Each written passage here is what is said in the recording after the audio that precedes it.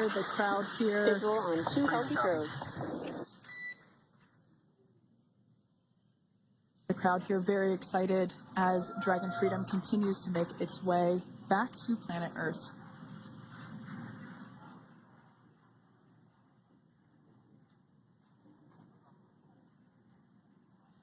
Next up, we'll stand by for the main deployment of the parachutes.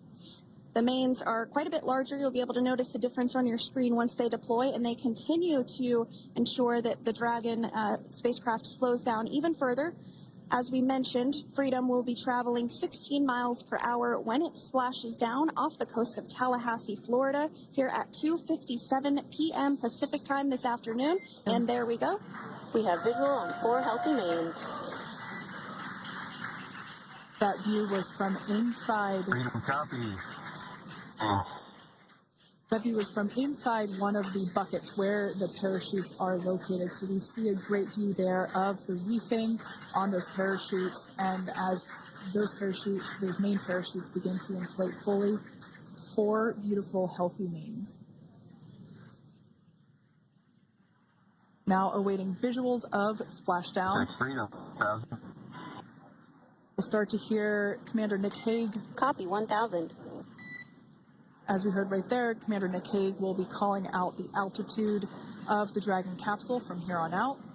Landing in water is simpler and provides more margin against unlikely parachute issues.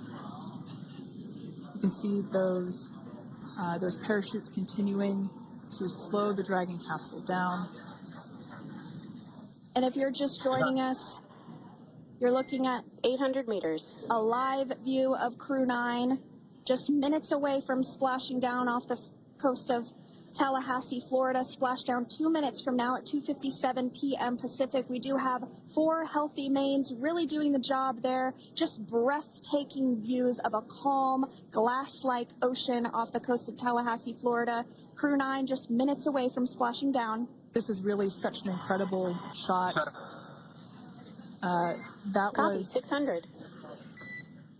That was a live view from our recovery vessel, Megan, which is stationed a couple miles away from the splashdown site. We can see the crew there using their restraints as resting places for their arms. They were just in space moments ago, so their arms were able to float freely. 400 meters. This is a gorgeous bluebird day here that we have for the splashdown of Crew 9. It's incredible to think that the Dragon capsule just minutes ago was going over 17,000 miles per hour and now gently coasting to a soft splashdown. 200. Copy, 200 meters. Brace for splashdown.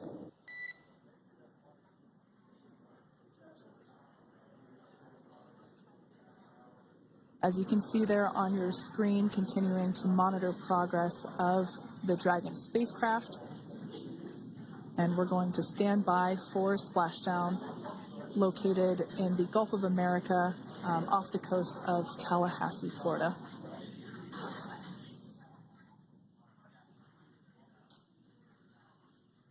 And splashdown. Crew 9 back on Earth.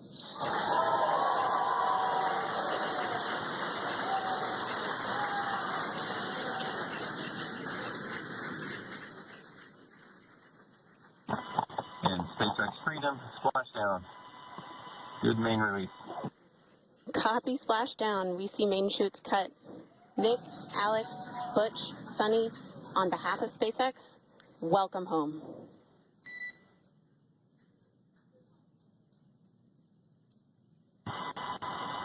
It is an amazing, what a ride. I see a capsule full of grams ear to ear.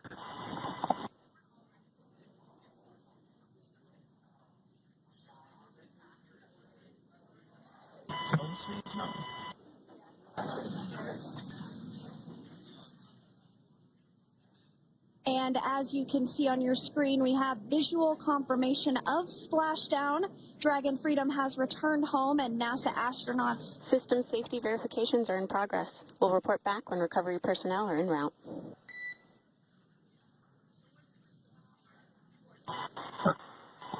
Understand. And, we're in section 2 of 4.800 landing response. And looking for your words. I'm just going to, is necessary.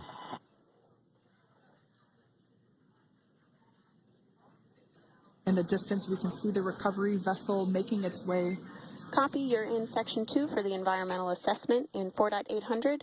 That is not necessary today. Understand. Raising button. So we will continue to have communications between the Corps and Nick Hague, the commander of Crew Dragon Freedom, which just splashed down 2 minutes ago off the coast of Tallahassee, Florida. Dragon Freedom has returned home with NASA astronauts Nick Hague, Sunita Williams Butch Wilmore, and Roscosmos cosmonaut Alexander Gorbanov. They're back on Earth after approximately 17 hours of a return journey from space. The SpaceX recovery ship and team have been waiting for Dragon's splashdown, and they will now make their way to the splashdown location. The teams have been ready and waiting about 3 nautical miles away, so it's going to take them about 30 minutes or so to make their way And to... SpaceX Freedom. Pretty sure we're in stable 1. Copy, stable 1. We see the same. It's going to take about 30 minutes for the recovery team to make their way over to Nick, Sunny, Butch, and Alexander, who are still seated and secured inside that Dragon spacecraft there on your screen. Incredible views there of that thermal protection system, or TPS. That Dragon capsule was pristine, white color before it departed the station, and we can see how the reentry phase, the thermal protection system did its job. Now, if you're wondering what that hole, that like bucket area is, that is underneath the side hatch. That is where the main parachutes were stored. So when we saw the Dragon capsule docked at station, it looked very different. The panel that protects and covers the main parachutes, that was still intact, as well as the panels that enclose where the drogue parachutes are located. We can see those fast Freedom. boats. SpaceX is go for recovery personnel to approach. Expect personnel alongside in the next few minutes. Freedom copies. We can see those fast boats. We weren't kidding when we said they were fast. While it does take about 30 minutes for the main recovery vessel to make its way over to the capsule, these fast boats will be doing a couple of things simultaneously. A couple of them are going to be working to retrieve the parachutes that you see in the background there of this drone shot. Those parachutes will be retrieved from the ocean surface. We want to make sure we are able to pull those out. The recovery vessel there closest to the spacecraft is going to be performing some safety checks. We can see there they're using an instrument that is basically working to detect if there are any hypergolic vapors or fumes that are still residing in and or around the Draco thruster nozzles or outlets.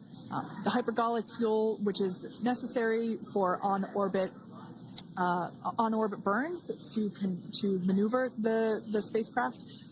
Unfortunately, those hypergolics are unable to be breathed. They are toxic, and so this team here is doing those initial safety checks to make sure that it is safe for the rest of the recovery team to approach the spacecraft. They're also checking to make sure that any residuals from the pyros are safe and are not going to cause any issues. We can see the team working their way around the spacecraft to do these, basically these sniff tests on all of those Draco thrusters. And as we continue to await the recovery of our Dragon spacecraft with NASA astronauts Nick Hague, Sunita Williams, Butch Wilmore, and Roscosmos cosmonaut Alexander Gorbanov inside, Dragon has autonomously completed several steps to safe itself following splashdown. We are continuing to see Dragon in what is known as Stable 1 configuration. That's kind of the ideal configuration following Splashdown. It's upright, and the Dragon capsule's in the right configuration for it to be hoisted into the recovery vessel Megan, which you do see a little ways off in your screen approaching. Dragon will continue to remain live on air with you through that recovery process, all the way through the point where the crew is extracted from the Dragon spacecraft. Now, if you are just joining us, the mission has gone smoothly so far. Dragon successfully splashed down off the coast of Tallahassee, Florida at 2:57 p.m. Pacific, 5:57 p.m. Eastern Time this afternoon. Approximately 17 hours prior to splashdown, Dragon autonomously undocked from the International Space Station, completed a series of departure burns, jettisoned its trunk section, and performed its final burn, the deorbit burn. This placed the Dragon spacecraft on a trajectory toward Tallahassee, Florida. Dragon successfully re-entered the Earth's atmosphere, followed by deployment of its parachutes to slow the spacecraft down to a gentle splashdown.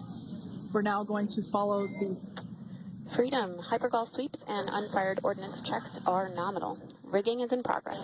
Approximately 25 minutes until capsule lift. Stand by for PMC with SpaceX flight surgeon.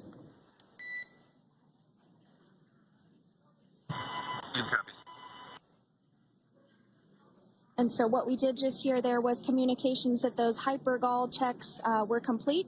They didn't find any of that upon those checks, so we'll continue to move through the timeline. Next up is a process called rigging, which you see happening right now on your screen. This is when a SpaceX recovery personnel actually works to climb aboard the capsule and work through procedures ahead of lifting onto the nest of the recovery vessel Megan. We heard it's going to be about 25 minutes or so until that lift actually takes place.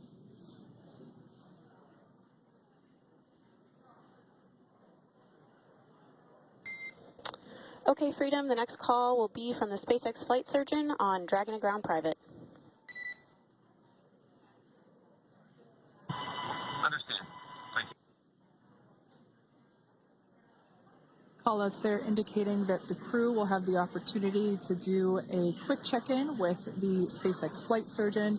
This is standard procedure for every Dragon spacecraft when it returns to Earth. It's just an initial check-in, make sure everybody is doing okay. They will also have another check-in with the flight surgeon once they are on board that recovery vessel that you see there in the background.